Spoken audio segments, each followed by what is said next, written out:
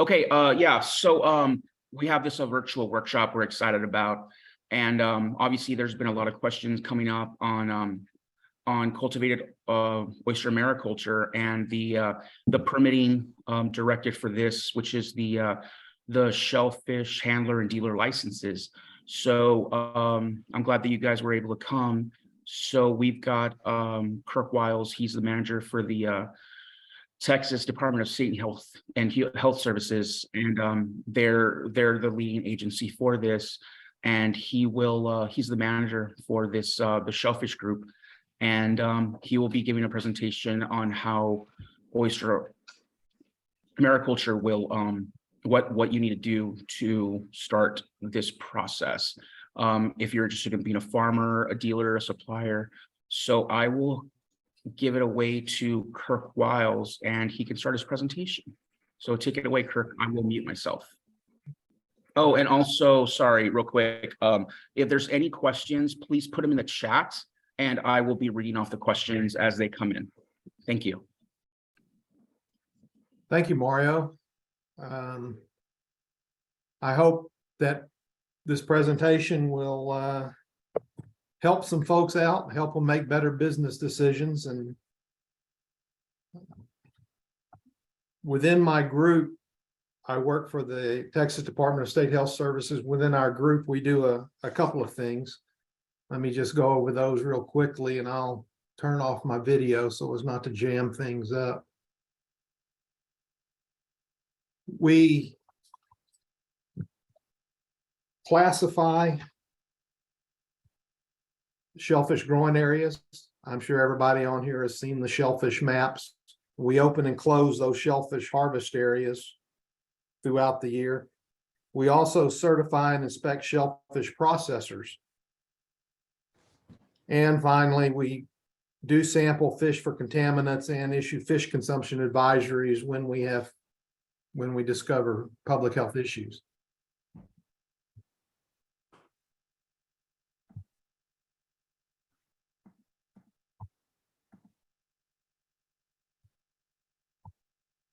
Now, today we're going to be dealing with that portion of our program that deals with processing shellfish, and as well as some information regarding the harvest of shellfish.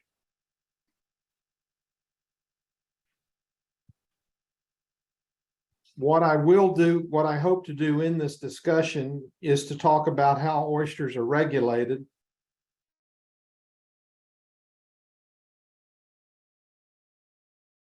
kind of a reference document, and give a synopsis of regulations so that you can make informed business decisions as you go forward, either in mariculture or not in mariculture.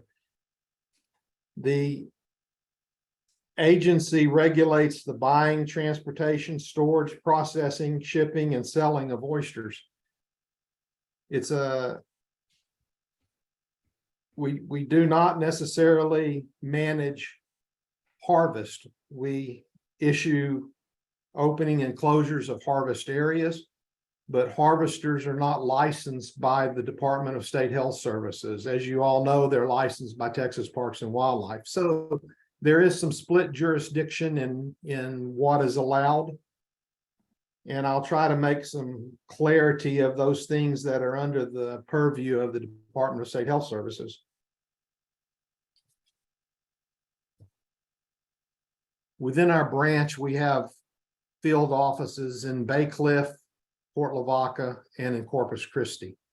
So we have folks spread out around the coast that do a number of activities such as sample water quality and open and close shellfish areas, as well as conduct inspections and certified dealers within the coastal areas, as well as all inland areas of the state. So one of the first things I want to talk about is the fact that from the Department of State Health Services standpoint, it doesn't really matter whether you're harvesting from a wild reef or a oyster lease or a mariculture operation. The requirements that we have are basically the same. And if you're in the mariculture business and you're going to have to make as those that are in the business and those that are thinking about getting into the business, you're going to have to make a decision as to what you want to do, whether you want to be a harvester and sell your product to a certified dealer, or whether you want to be a shellfish dealer and market your own product. And these are two distinct classifications. And of course, they require different regulatory activities.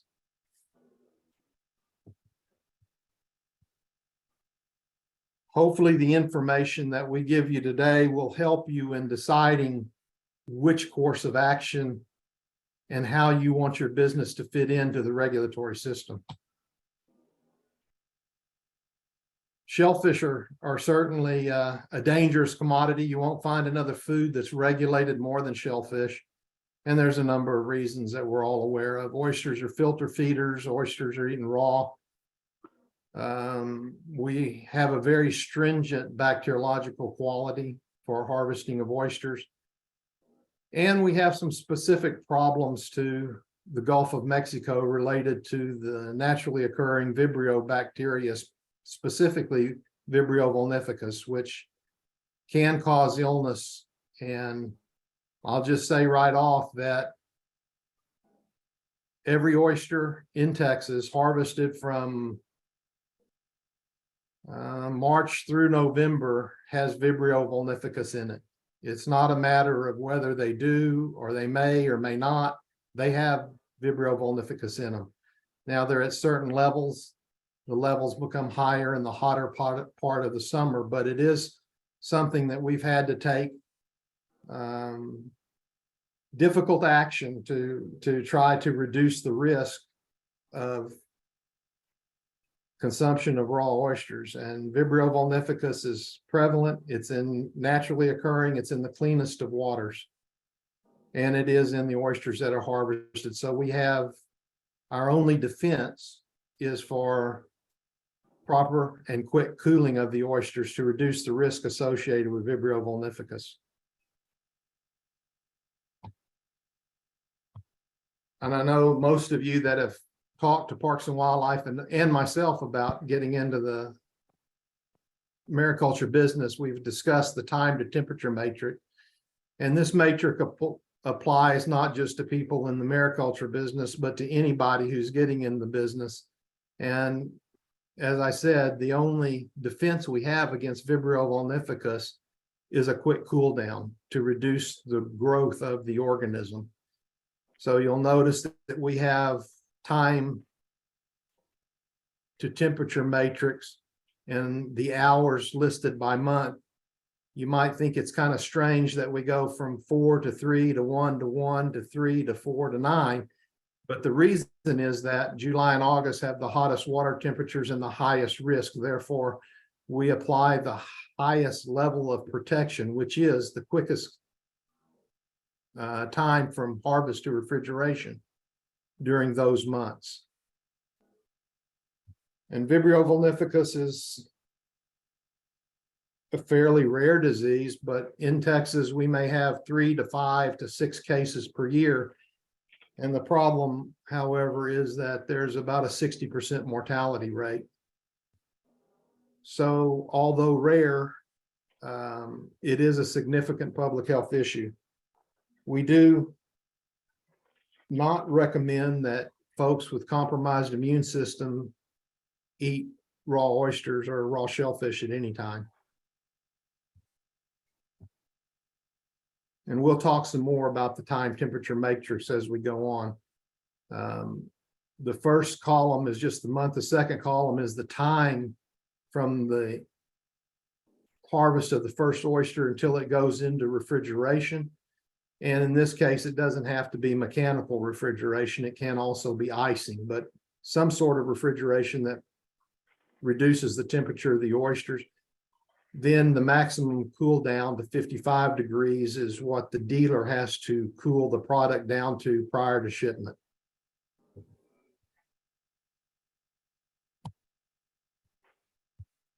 So if you want to pursue being a certified shellfish dealer, there are a couple of dealer types that you should be aware of. Most people in the aquaculture or mariculture business become Shellstock shippers.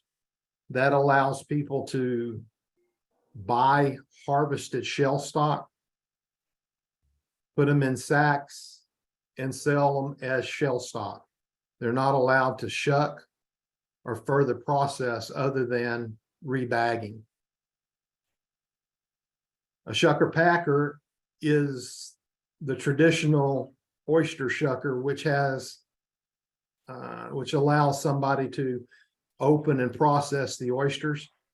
That sort of certification requires a good investment in a building and a lot of regulations. And repacker is somebody who can repack shut shellfish. You can find information about shellfish dealers on the ISSC website that's listed down at the bottom.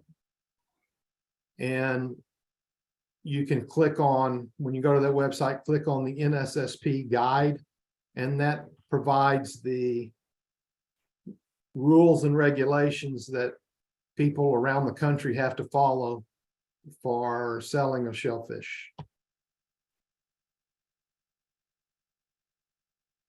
So each state certifies their shellfish dealers, and that list is sent to FDA, and FDA compiles a nationwide list of interstate certified shellfish shippers. So if somebody becomes a certified dealer in Texas, that their name goes on the interstate certified shellfish shippers list. This list is also useful for the retail people, because for retail, they are required to buy oysters from an approved source. And an approved source is only those firms that are listed on the Interstate Certified Shellfish Shippers list.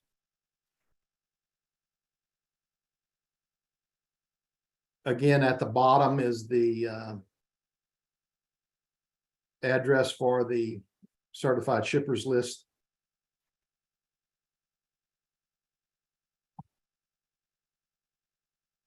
So before we start too much, let me go over a few definitions. When I talk about FDA, that'll be the United States Food and Drug Administration. And the Interstate Shellfish Sanitation Conference consists of academia, shellfish producing states, receiving states, FDA, and the shellfish industry and federal regulators.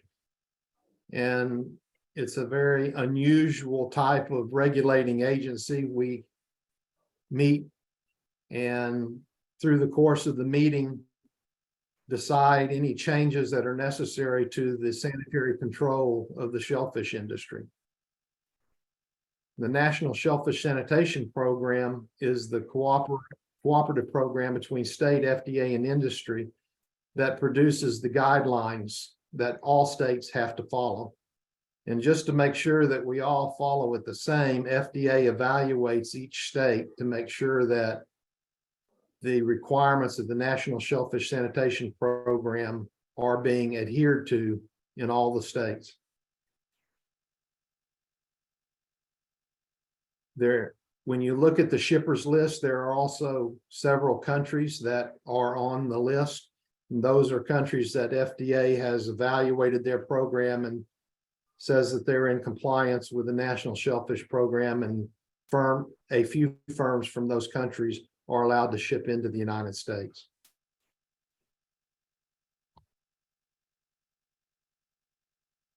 And one thing that I really didn't mention is that you have to sell, a harvester has to sell product to a certified dealer within the state. A lot of people think you can become certified just by getting dealer tags and sticking them on a sack, and then you can sell them, and that's not the case. We have a large number of rules and regulations that people have to go through in order to be able to market oysters. Our rules and regulations are available on our website. And again, you can see the address for our website and how to get to the rules, as well as how to get to the statute governing the rules. And within Texas, our agency is the Shellfish Control Authority, responsible for certifying shellfish firms in the state of Texas. Conversely, Texas Parks and Wildlife is the Shellfish Control Authority for regulating mariculture in Texas, and they too are under the scrutiny of FDA in their in review of their operations.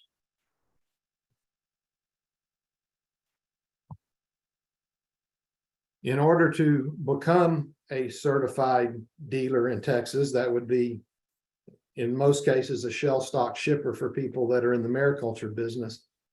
You have to turn in an application, and this is the website where you can find on our website. Here's the address to find our application. And you have to check what type of certification you are requesting, and whether it be a Shellstock shipper or a Shucker packer. The good news is there's no fee associated with the application. The application process within our agency is somebody who wishes to get into the shellfish selling business. They need to fill out an application and send it to the address that's there and follow the instructions on the application from our website. Once our licensure group receives the application, that application is forwarded to my group, at which time it is sent out to our local inspectors. And as I said earlier, we have staff in Baycliff and Port Lavaca and in Corpus. And once we send it out to our inspector will contact the firm that's applying for certification, and they will become the main contact for the certification process, our field inspectors. And the field inspector is going to ask about a number of different things. And one of the first is whether or not the individual has a knowledge of HACCP. And HACCP is an acronym for Hazard Analysis Critical Control Point. And I see we got it misspelled there, but that's okay. What HACCP is a systematic process to evaluate hazards in seafood and to develop controls to control those particular hazards. And the hazards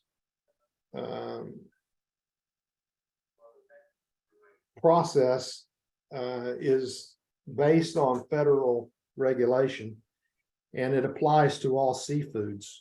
So anybody in the seafood business, including the shellfish business, has to understand the basics of HACCP.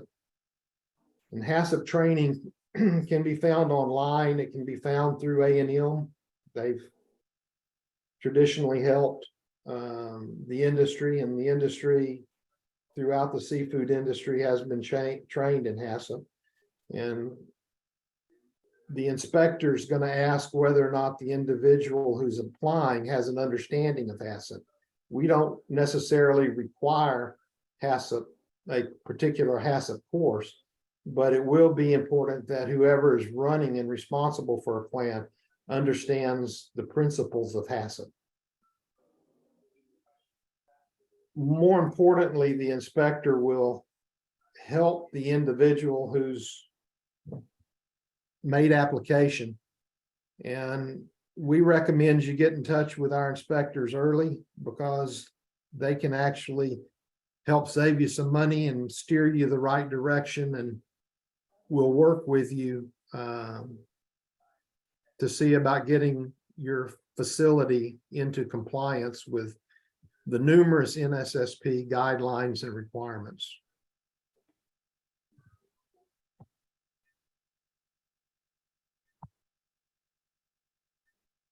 As I said earlier, they're the two basic types of shellfish dealers or Shellstock shippers and Shucker packers.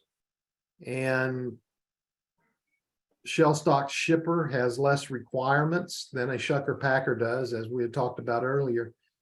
Some of the things the Shellstock shipper has to have is a covered area for packing of shellfish to keep them free of contamination when you're repacking them, taking them out of, say, a growing sack into a pony sack for sale or box. Hand washing sink with hot and cold, or at least warm potable water. Hand sanitizing products and hand washing signs, potable water, complete with backflow prevention devices, restrooms, record keeping area, on-site refrigeration. And of course, the grounds have to be maintained neatly to avoid any harborage of rodents.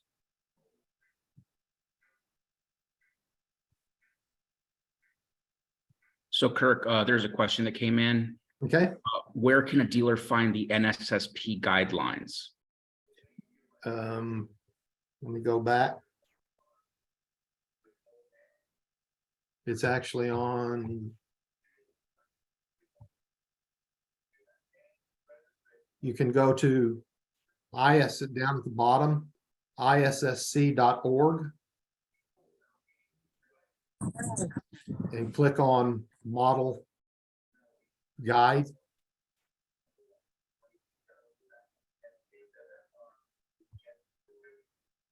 Everybody see that down at the bottom, ISSC.org, and then click on model ordinance or model or guide. And that is the entire NSSP requirements.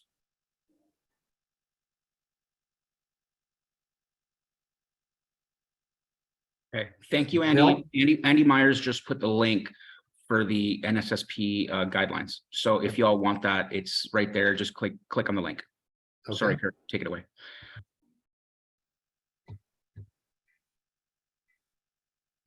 For the Shucker packer, that requires a lot of physical requirements, buildings and separation of within a building, a separation of a shucking area and a packing area.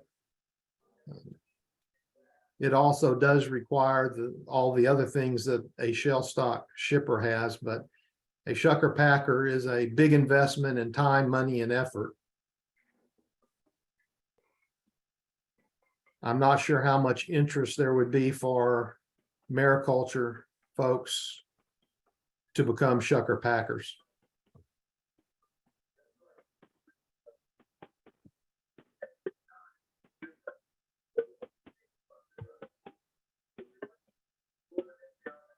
And there is a lot of record keeping requirements in both a Shellstock shipper and a Shucker packer. They have to have an acceptable HACCP plan, written recall procedures, thermometer calibration procedures, and HACCP records, such as receiving records, cooling records, shipping records, and other HACCP related records, as well as sanitation items that have to have records that they are checked and kept in a certain fashion and reviewed in a certain fashion. Shucker packer just has the same requirements plus a few more related to temperature monitoring while you are processing shucked shellfish.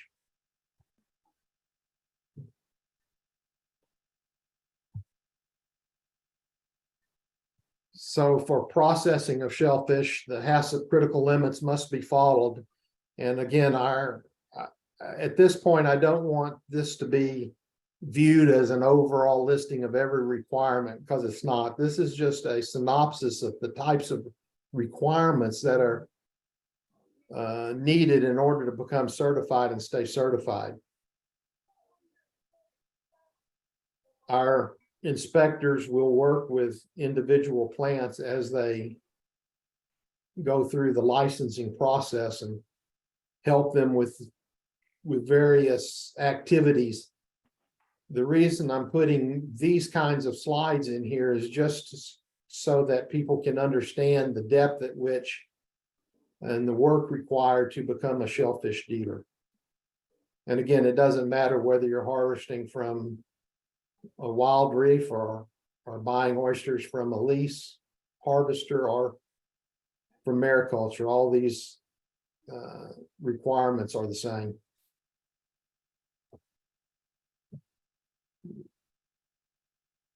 Critical limits are developed in your HACCP plan, and they'll be written down. And when you deviate from a critical limit, then a corrective action is required for the product.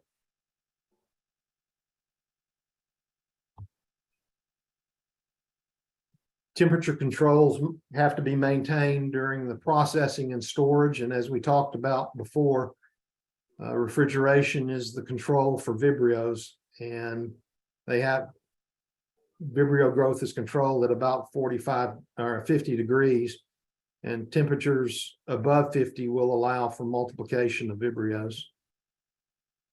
So there are temperature controls once you buy the product and or harvest the product and put it in your storage, and there are record keeping requirements that go along with it, such as monitoring of the temperature of the cooler, when product goes in, when product goes out. And storage have to be stored at 45 or below. Frozen oysters must remain frozen, and oysters should be stored and protected during storage. And a difficult problem that we fight around here is condensation within a cooler, but cooler drip condensation cannot get on the oysters in a cooler.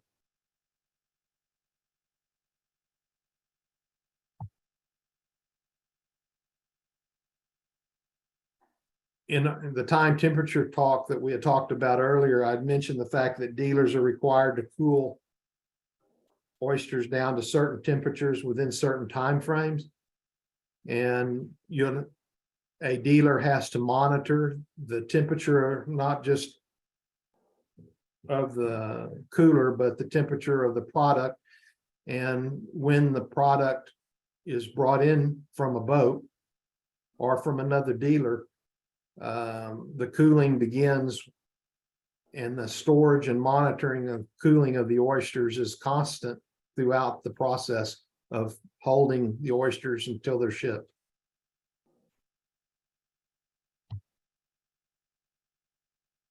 The cooling requirements vary by month, as we talked about from the time temperature matrix, and they must be included within your HACCP plan.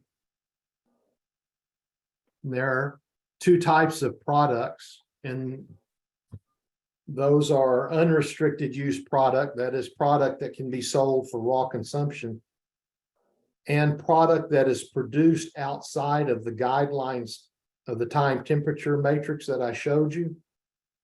Those products within certain limits can be used for restricted use.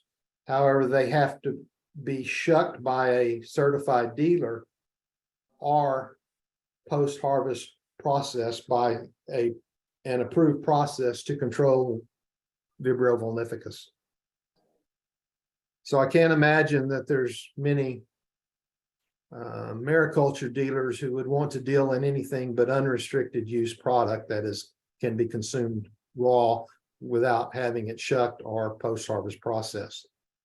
But that is an option, and if someone becomes a certified dealer, they can also not just sell their own product, they can buy product from other harvesters where you might run into the use of green tagged or restricted use product. I've got a question.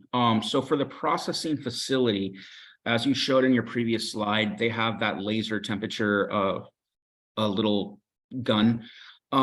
Is it required within the cooler to have a time temperature logging system or not? There doesn't have to be a time temperature logging system, but there has to be some means of routinely monitoring the temperature. So you can either come in and every 2 hours and put it on a sheet by hand, or you can do what most people do, which is put in the time temperature logging device. At what frequency do they have to monitor the time temperature? At least 2 to 3 times a day. But the problem with that is most people want to do it more than that because they don't want to risk their product. The longer you do, the longer you wait between monitoring temperatures, the better chance you have, if you have a cooler failure, to have product that's unsellable. That's why most people use the recording device, and a lot of people use a recording device with a monitor.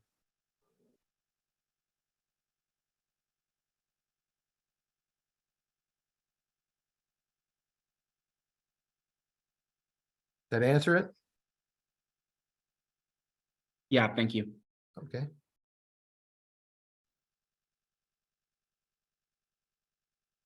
When oysters are shipped, they have to have a shipping document. That document has to record the shellfish meat temperature at shipping. Has to state whether the product was cooled prior to shipment, and documents whether a time temperature device is accompanying the shipment. For shipments over 4 hours, you have to have a time temperature recording device that maintains a constant monitor of the temperature. For less than 4 hours, you don't.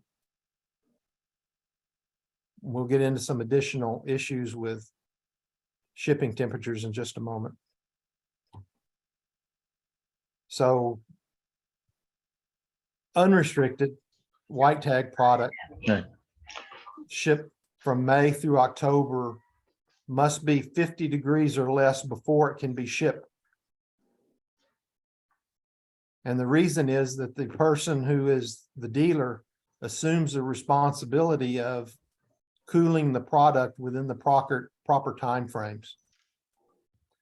In the record, there must be a record that documents the cool down is met prior to shipping.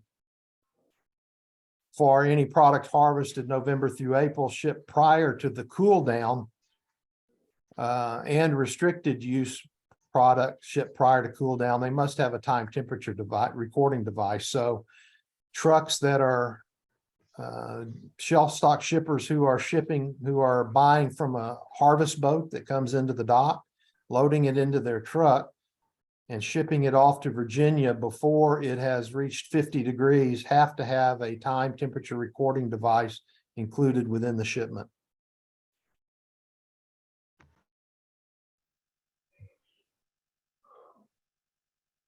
And there are sanitation requirements, and they're not HACCP requirements, but they are sanitation requirements that have to be met at each facility.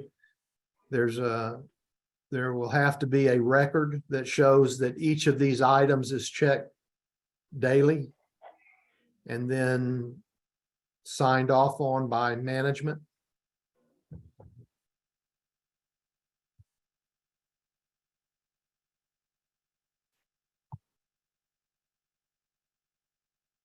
Shellfish areas are indexed in Texas by numbers that go on the tags. This is what a shellfish classification map, I'm sure you guys have seen it. The blue areas are approved areas that stay open most of the time. The conditionally approved areas are the lined areas that open and close on a regular basis based upon rainfall, or in some cases river stage, in some cases rainfall and river stage. We have both approved and conditionally approved. So anybody that locates their mariculture facility within one of the conditionally approved areas in Texas can expect that rainfall will likely affect those areas. Now, it's not impossible for approved areas to get closed. It happens under major flood events or red tides or potential chemical spills, but by and large, the approved areas stay open far more often than do the conditionally approved areas. I've got a question about the harvest zones. So obviously, we know that some areas are closed because of heavy rainfall or an increase in in bacteria, but and obviously it opens back up when the bacterial levels go back to a safe level. But does the farmer have to, after it's been open, does the farmer have to wait 2 weeks for the oysters to purge, or can they sell immediately as soon as the harvest area opens? They can harvest as soon as the harvest area reopens. We put a 4-day time frame in there between of known good water quality to allow the oysters to purge. So once the area is open, a mariculture person or a wild reef harvester can harvest on the day that we open. Thank you.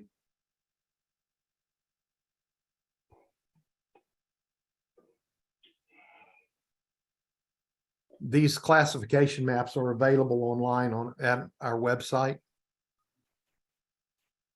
We have hard copies floating around at Parks and Wildlife offices and various dealers. If anybody wants hard copies, they can shoot me an email and we'll send them out to you. Or you can check with your local Parks and Wildlife office.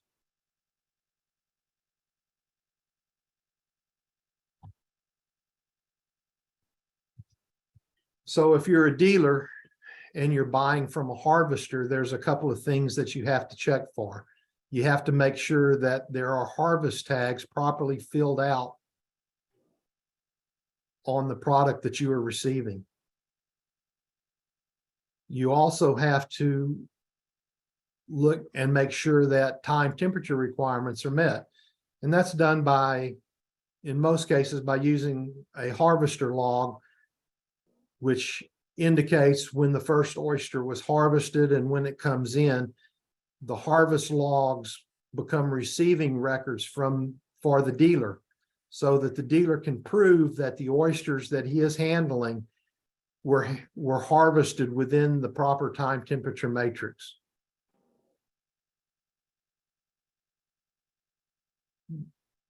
Once the product comes in with a appropriate harvest tag, a dealer can then and does then is required to put on a dealer tag that is appropriate for selling the product in intra or interstate commerce. And again, the time from harvest to refrigeration is required in some months. And the middle of the summer, the shorter the time frame.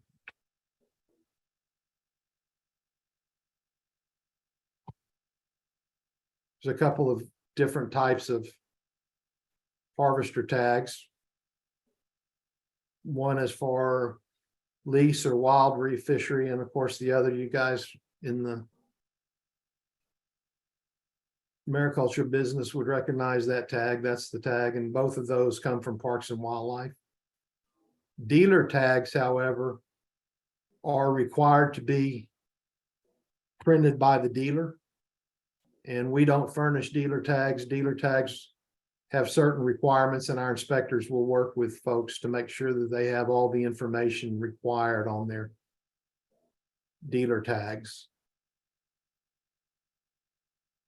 And it's important that all the oysters have a dealer tag, because once the product is shipped to, say, a restaurant, that restaurant is required to keep the dealer tag on record for 90 days so that, and the reason being that if there is an illness outbreak, we could trace the product back to where it was harvested and take the appropriate action to protect public health.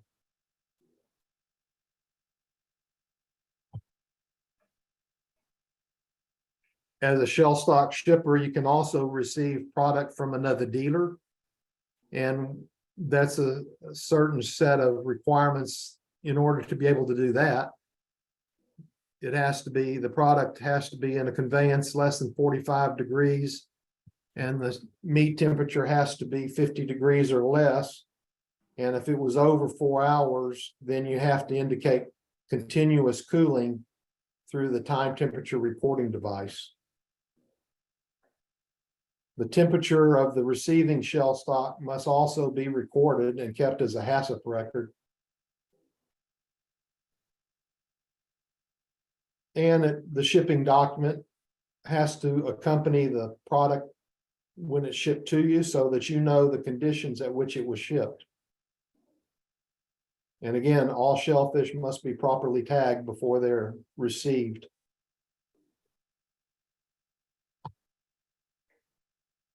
Different types of dealer tags. There's a regular oyster dealer tag and then a restricted use tag that requires shucking or processing by a post-harvest processing approved facility. I can't imagine there's much reason for maricultures to want anything but white tag product that's available for direct consumption.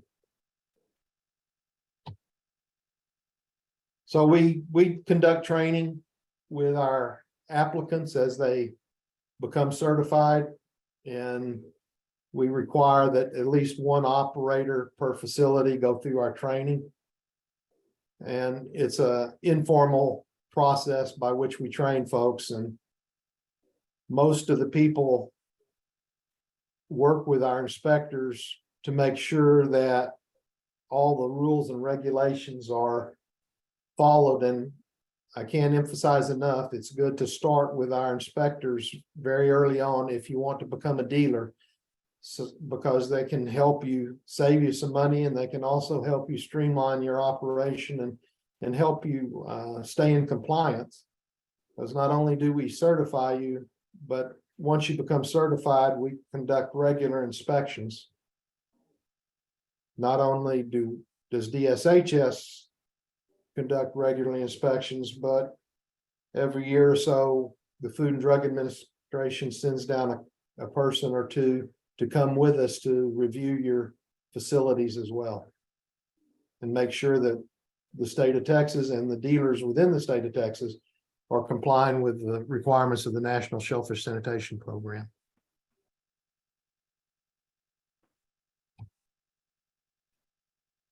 And we provide a training certificate that you keep in your records. I know I went through a lot of stuff, and again, my purpose was to just make sure that you guys know how oysters are regulated and supply some necessary links for you for reference. Give a synopsis of the regulations so that you can make an appropriate business decision in your, as you proceed either through a mariculture or through wild harvest or lease harvest. So do we have any questions? One question is, could copies of the slide be emailed to us? So I'll ask Kirk to email me the PowerPoint, and then I'll email it to you all. Isn't it also going to be put online? Yeah, it will be online as well. Okay.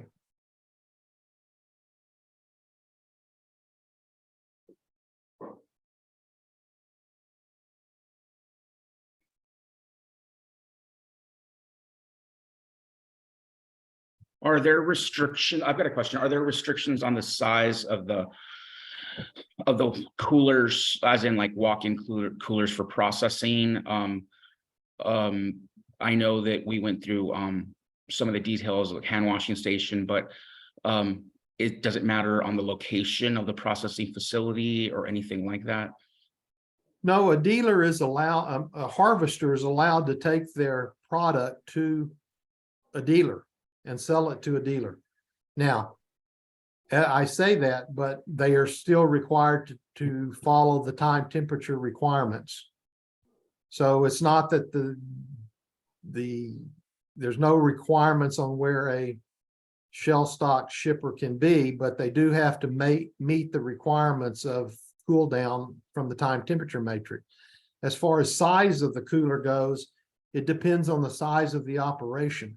We're not going to require somebody to have a a 30 by 50 walk-in cooler and they're in the mariculture business and harvesting 4 sacks a day.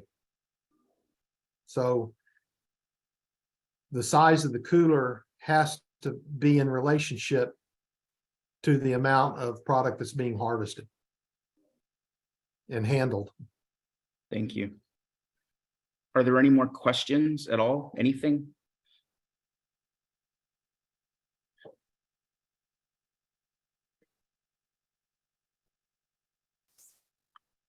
Again, as you go through your business, we will be happy to help folks and happy to work with people so that they understand the regulations and make sure that the process is as orderly as it can be for a operation that has a lot of rules and regulations.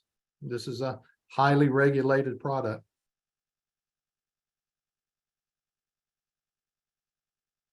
I got a question. Where will it be posted? Well, we're going to be posting this on YouTube in a few, probably next week.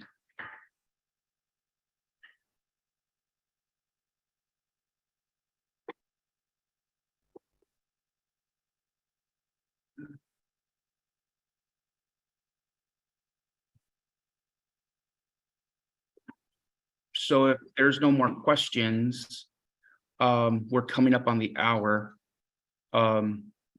Thank you, Kirk, for this presentation. You've answered a lot of questions that we get, and you've made it very clear. So thank you all for joining, and we'll conclude this workshop.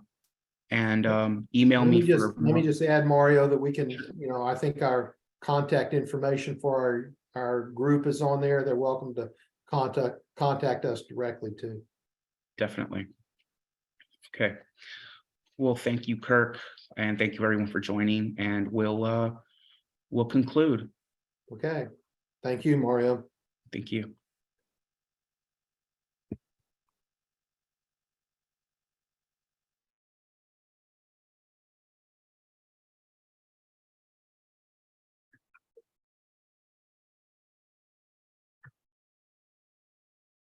So you can stop recording now. Okay. And thank you so much for joining in this meeting. I know you've answered a lot of questions.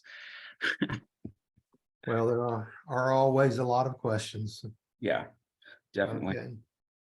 Hey, Mark.